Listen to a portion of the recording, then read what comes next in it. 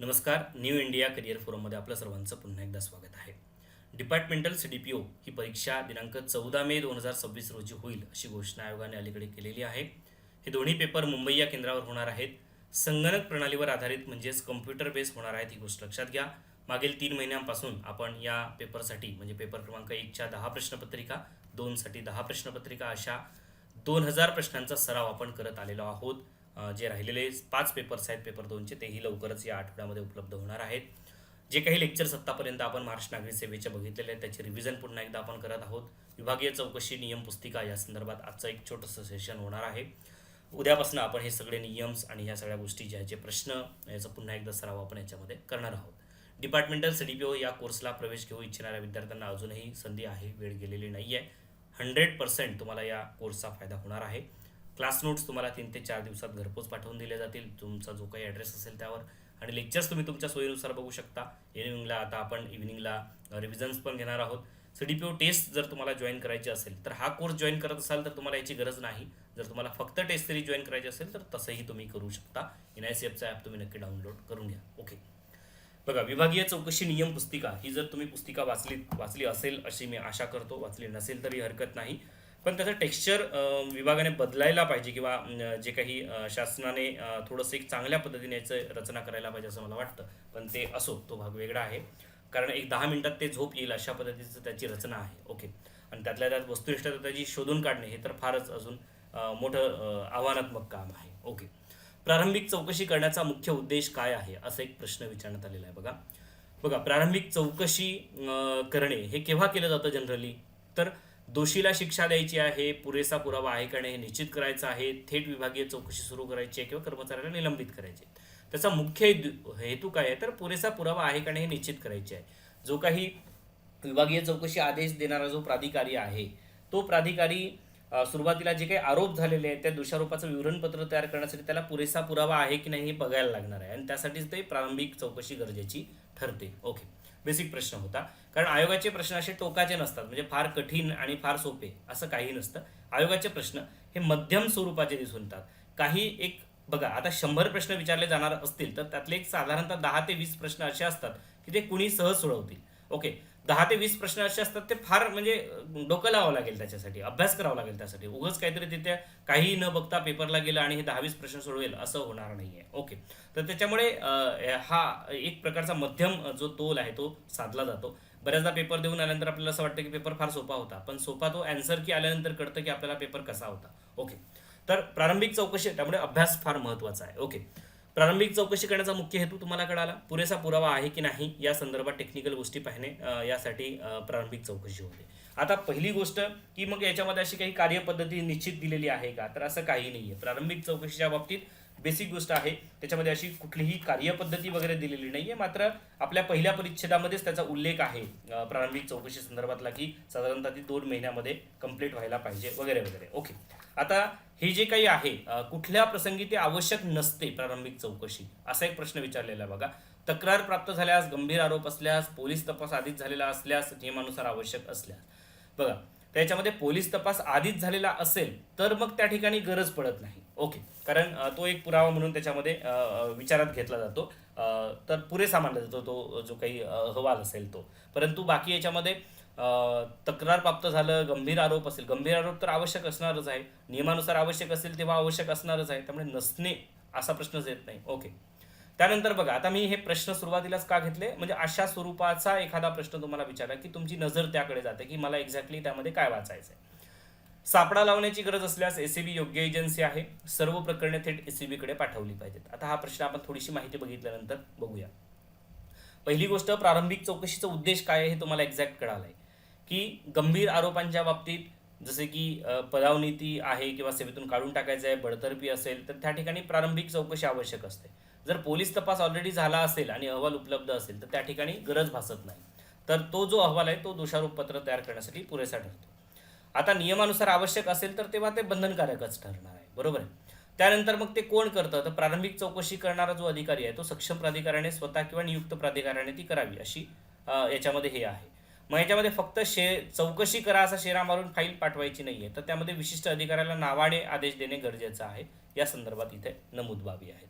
आता याच्यामध्ये बघा की एसीबी किंवा लाचलुचपत विरोध केंद्र याकडे पाठवण्याची जे प्रकरणे असतात, ज्या प्रकरणामध्ये बारकाईने तपास आवश्यक आहे, बरोबर आहे, अनेक निवेदनांची नोंद त्यामध्ये जर घ्यायची असेल किंवा बँक खात्याची तपासणी करायची आहे, मग अशी प्रकरणं थेट एसीबीकडे पाठवावीत.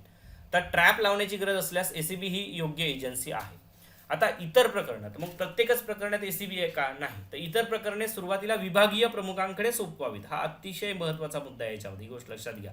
मग ते तुम्हाला प्रश्न कसे विचारतील, मग इथे असं तुम्हाला याच्यामध्ये हे होतं बघा, ट्रॅप करू शकतात की सर्व प्रकरणे थेट एसीबीकडे पाठवली पाहिजेत. हे विधान चूक आहे. सापळा लावण्याची गरज असल्यास एसीबी योग्य एजन्सी आहे, बरोबर आहे, ओके. पण सर्व प्रकरणे थेट एसीबीकडे पाठवली पाहिजेत, हे विधान चूक आहे. बघा, याच्यामध्ये सर्व प्रकरणे नाही, जी विशिष्ट प्रकरणे आहेत ती पाठवली पाहिजेत. त्याच्यामध्ये काही कंडिशन्स असतील, जसे की बारकाईने तपास आवश्यक आहे, अनेक निवेदनांची नोंद आहे, वगैरे वगैरे, ओके. जे काही प्रकरणं इतर असतील ते विभागीय प्रमुखांकडे सोपवावीत सुरुवातीला, कारण विभागीय प्रमुखांना कर्मचाऱ्याच्या चारित्र्य आणि सुटसुटीबद्दल बऱ्यापैकी माहिती असते, त्यामुळे ती गोष्ट याच्यामध्ये टाळली जाऊ शकते. एसीबीकडे तक्रार पाठवण्याचे अधिकार. बघा, आता निलंबन हा मुद्दा आपण थोडा बघितलेला आहे शिस्त व अपीलमध्ये. निलंबनला शिस्त व अपीलमध्ये पाहत असताना शिक्षा म्हणून त्याच्याकडे बघितलं जाऊ नये असंही आपण अभ्यासलेलं आहे, ओके. एसीबीकडे तक्रारी पाठवण्याचे अधिकार. आता हे निनावी अर्जांच्या बाबतीत बघा, आता निनावी अर्ज जे आहे त्याची छाननी न करता एसीबीकडे पाठवू नये अशी स्पष्ट तरतूद आहे, ओके. तुम्हाला हे डायरेक्ट विधान त्यामध्ये विचारलं जाऊ शकतं. अशा प्रथेमुळे काय होईल की अधिकाऱ्यांच्या प्रतिष्ठेवर परिणाम होतो, ऑब्व्हियस गोष्ट आहे. त्यांच्या मनावर परिणाम होणार ना, कितीही नाही म्हटलं तरी ती माहिती गुप्त राहत नाही, ती बाहेर पडतेच, ओके. माहिती बाहेर जाण्याची शक्यता वाढते. त्यानंतर निनावी तक्रारींचं काय करायचं, तर चौकशी योग्य वाटल्यास पुढील कार्यवाही करावी. पहिली गोष्ट, एसीबीकडे आलेल्या निनावी तक्रारींपैकी चौकशी योग्य वाटल्यास पुढील कार्यवाही करावी. जिल्हा प्रशासन प्रमुखाकडे ते पाठवणं गरजेचं आहे. मग अशा ज्या काही तक्रारी आहेत त्या संबंधित कर्मचाऱ्याला जिल्हा प्रशासन प्रमुखाकडे पाठवायला पाहिजेत. कर्मचाऱ्याचे जो काही ज्या अंतर्गत कर्मचारी येतो त्या विभागाच्या जिल्हा प्रमुख जो असतो किंवा जिल्हा प्रशासन प्रमुख असतो त्याकडे ते जी फाईल आहे ती पाठवायला पाहिजे, ओके. आता याच्यामध्ये अभिप्राय देण्याची प्रक्रिया कशी असते, तर जिल्हा प्रशासन प्रमुखाने कर्मचाऱ्याचा लौकिक म्हणजे रेप्युटेशन, त्यानंतर तक्रारीची घटनेतील जी पार्श्वभूमी आहे ती विचारात घेऊन अभिप्राय देणे अपेक्षित आहे. मग हा अभिप्राय कुठे दिला जाईल, तर एसीबीकडे पाठवणे गरजेचं आहे. विभाग कार्यालय प्रमुखाची भूमिका यामध्ये काय असते, तर संबंधित विभाग किंवा कार्यालय प्रमुख जो आहे तो स्वतः अभिप्राय पाठवावा.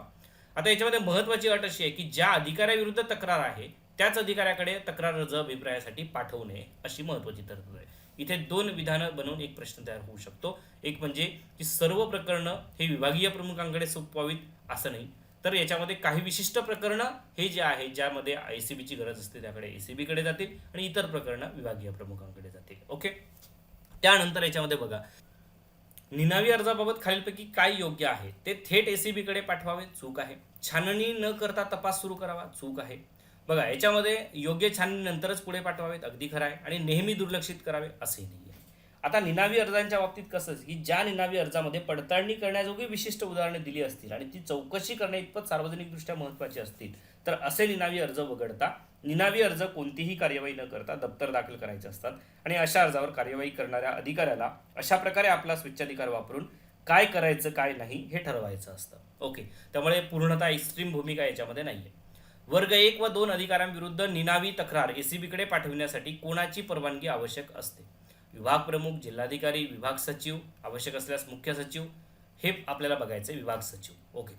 एसीबीकडून आलेल्या निनावी तक्रारींच्या बाबतीत प्रथम कोणाकडे पाठवाव्यात?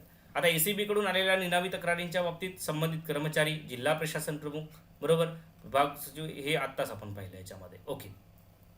प्रथम हा शब्द वापरलाय, ओके. खालीलपैकी कोणते विधान अयोग्य आहे? आरोपी अधिकाऱ्याकडून अभिप्राय मागवू शकतो. बघा, आरोपी अधिकाऱ्याकडून अभिप्राय मागवू शकतो. विभाग प्रमुख स्वतः अभिप्राय पाठवतो. एसीबी इतर व्यक्तींकडून माहिती घेऊ शकते. कर्मचारी माहिती देणे बंधनकारक आहे.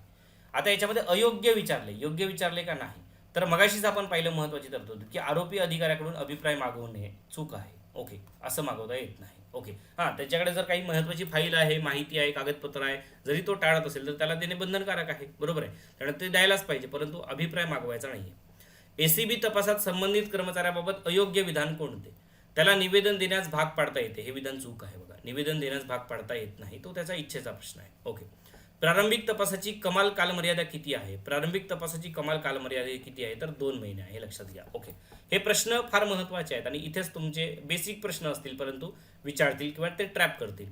विलंबाची समस्या. आता प्रारंभिक चौकशीमध्ये काय, प्रारंभिक तपास अनेकदा दीर्घकाळ रेंगाळतो. तसं तर त्याचा हेतू काय आहे की प्रिलिमिनरी इन्क्वायरी आहे, परंतु तो थांबतो. मग यामध्ये चुका, निष्काळजीपणा, अफरातफर, नियमबाह्य कृत्ये, सरकारी पैशाची हानी यामध्ये होते. हे काही प्रश्न तुम्हाला यामध्ये विचारणार नाहीत. ओके. आता याच्यामध्ये त्याचे परिणाम काय होणार, परिणाम असा होतो की मग कधी जर निवृत्त होऊ शकतो, मृत्यू होऊ शकतो कर्मचारी किंवा अधिकाऱ्याचा, परिणामी कसूरदारांना शिक्षेतून सुटका मिळू शकते. ओके. त्यामुळे वेळेत प्रारंभिक चौकशी पूर्ण व्हावी हा त्यामागचा हेतू आहे. कालमर्यादा काय, तर तपास शक्य तितक्या लवकर पूर्ण करावा आणि तो कोणत्याही परिस्थितीत 2 महिन्यांच्या आत तपास पूर्ण करणं आवश्यक आहे. आता विलंब झाल्यास प्रक्रिया तर जास्त वेळ लागणार असेल आणि जर प्रमुख कारण असेल तर त्याला, जर तशा प्रकारची कारणं स्पष्ट असतील तर मग कालावधी जो आहे तो काही प्रसंगी वाढवून दिला जाऊ शकतो. ओके. खालीलपैकी कोणता परिणाम विलंबामुळे होऊ शकतो. आता याच्यामध्ये चौकशी जलद होते असा काही प्रश्नच नाहीये. दोषी शिक्षेतून सुटू शकतो 100%. ओके. तपासात विलंब होणार असल्यास कोणती प्रक्रिया आवश्यक ठरते. त्याच्यामध्ये विभाग प्रमुखाला कारणासह अहवाल द्यावा लागतो. म्हणजे त्याच्यामध्ये विभाग प्रमुख जो आहे त्याला पुरेसे कारण आहे असं जर वाटत असेल तरच तो कालावधी पुढे वाढवून दिला जाऊ शकतो. एसीबी फक्त सरकारी अधिकाऱ्यांकडूनच माहिती घेऊ शकते, हे विधान चूक आहे. एसीबी फक्त सरकारी अधिकाऱ्यांकडूनच नाही तर ती खाजगी व्यक्तींकडून पण घेऊ शकते. अपचारी व्यक्तीकडूनही माहिती घेऊ शकते. हो, घेऊ शकते ना, का नाही. त्यामुळे ह्याच्यामध्ये ही गोष्ट लक्षात घ्या, फक्त 2. आता याच्यामध्ये विधान जे आहे ते दुसरं बरोबर आहे. प्रारंभिक चौकशी कोण करू शकतो, फक्त न्यायालय, सक्षम प्राधिकारी किंवा नियुक्त प्राधिकारी, कोणताही कर्मचारी, फक्त पोलीस. तर याच्यामध्ये सक्षम प्राधिकारी आणि नियुक्त प्राधिकारी. खालीलपैकी योग्य पर्याय निवडा. आरोपी व्यक्तीस स्वतःविरुद्ध निवेदन देण्यास भाग पाडता येत नाही. आरोपी व्यक्तीस स्वतःविरुद्ध निवेदन देण्यास भाग पाडता येत नाही, अगदी खरं आहे. आरोपी व्यक्तीने दस्तऐवज देणे आवश्यक आहे. आरोपीकडून अभिप्राय घेणे आवश्यक आहे, हे आवश्यक नाहीये. ओके. त्याच्यामध्ये 1 आणि 2 बरोबर आहे. आता निलंबनाच्या संदर्भात बघा, प्रश्न तुम्हाला 100% येतील. मानवी निलंबन काय आहे, त्या संदर्भात बेसिक, रिकाम्या जागा वगैरे वगैरे. निलंबित शासकीय कर्मचाऱ्याने खाजगी नोकरी करण्यास स्वीकारण्याबाबत योग्य विधान निवडा. कोणतीही परवानगी आवश्यक नाही, असं नाही. पहिली गोष्ट, खाजगी नोकरी सर्वसाधारणपणे करताच येत नाही. त्यानंतर फक्त वरिष्ठाची मौखिक, तसं नाही आहे. शासनाच्या मंजुरीशिवाय हे अनुज्ञेयच नाही आहे. त्यानंतर निलंबनात सर्व नियम लागू होत नाहीत, असं चूक आहे. निलंबन काळात नियमभंग केल्यास निर्वाह भत्त्याबाबत कोण निर्णय घेतो. आता निलंबन काळात मागेही आपण पाहिलं की निलंबन काळात नियमभंग जर केला असेल तर निर्वाह भत्त्यावर तो कमी केला जाऊ शकतो, बरोबर आहे की नाही. ते यामध्ये काय म्हटलंय की कोण निर्णय घेतोय, तर सक्षम प्राधिकारी हा त्यामध्ये निर्णय घेतो. ओके. त्यानंतर खालीलपैकी कोणते विधान योग्य आहे. निलंबित कर्मचाऱ्यास राजीनामा देता येत नाही. काही परिस्थितीत नोटीस देऊन राजीनामा देता येतो. आता पहिली गोष्ट बघा की निलंबित कर्मचाऱ्याला सहजासहजी सर्वसाधारणपणे राजीनामा देता येत नाही, बरोबर. आणि काही परिस्थितीत नोटीस देऊन राजीनामा देता येतो, कारण अटी शर्ती जर तशा असतील, जे काही सेवा शर्तीमध्ये तशी तरतूद असेल की 2 महिन्याची नोटीस देऊन तो राजीनामा देऊ शकतो, तर त्या प्रसंगी तो देता येतो. तर हे काही परिस्थितीत हा जो शब्द आहे तो अगदी खरा आहे. त्यामुळे 1 आणि 2 हे विधान बरोबर आहे. त्यामुळे दोन्ही यामध्ये योग्य आहे. आता निलंबनाच्या बाबतीत बघा की शासकीय कर्मचाऱ्यास केव्हा निलंबित करता येईल. तर निलंबनाचा मूलभूत तत्व असं आहे की लोकहित हा मुख्य मार्गदर्शक घटक असावा. तो भावनेने तो निलंबन करता येऊ नये. ओके. किंवा जे स्वेच्छाधीन जे अधिकार असतात किंवा हे आहे ते त्याचा गैरवापर होता कामा नये, हा मुख्य हेतू यामध्ये आहे. प्रथमदर्शनी पुराव्यावरून बडतर्फी, सेवेतून काढणे, शक्य वाटणे अशा गोष्टी जर असतील, कर्मचाऱ्याच्या सेवेत राहण्यामुळे तपासामध्ये अडथळा येण्याची शक्यता असेल किंवा परिस्थिती बिघडण्याची शक्यता असेल तर तुम्ही निलंबन करू शकता किंवा निलंबनाची आवश्यक अट आहे असं म्हणता येईल. पर्यायी उपाय काय, तर निलंबन आवश्यक नसल्यास बदली करून पुराव्यात हस्तक्षेप थांबवता येऊ शकतो. म्हणजे निलंबनच केलं पाहिजे असं काही नाही आहे त्याच्यामध्ये, तुम्ही त्याची बदली करू शकता. ओके. म्हणजे पहिली गोष्ट, निलंबनाचा मुख्य हेतू काय आहे की कुठल्याही पद्धतीने असं जर पुढे जाऊन भविष्यात बडतर्फी ह्या सगळ्या गोष्टी जर होणार असतील, ओके, किंवा आरोप फारच गंभीर स्वरूपाचे असतील तर निलंबन गरजेचं आहे किंवा त्याचा हेतू तो असावा. पण सूळबुद्धीने किंवा सूळ भावनेने तो घेणे हा नसावा. ओके. निलंबन आवश्यक नसल्यास बदली करून पुराव्यात हस्तक्षेप रोखता येऊ शकते का, तर येऊ शकते. निलंबन योग्य ठरण्याची उदाहरणे, जसं आता तपासात अडथळा येण्याची शक्यता आहे. ओके. साक्षीदारांवर प्रभाव टाकू शकतो जो काही आरोपी व्यक्ती आहे तो किंवा दोषी व्यक्ती असेल तो. किंवा आरोपी म्हणूया, दोषी म्हणता येणार नाही. कागदपत्रांमध्ये ढवळाढवळ करण्याची शक्यता असेल, कार्यालयीन शिस्त बिघडण्याची शक्यता असेल, कार्यालयावर शिस्तीवर प्रतिकूल परिणाम पडण्याची शक्यता असेल, व्यापक लोकहिताच्या विरोधात परिस्थिती जात असेल तर अशा प्रसंगी जी आहे ती योग्य ठरू शकते निलंबन. ओके.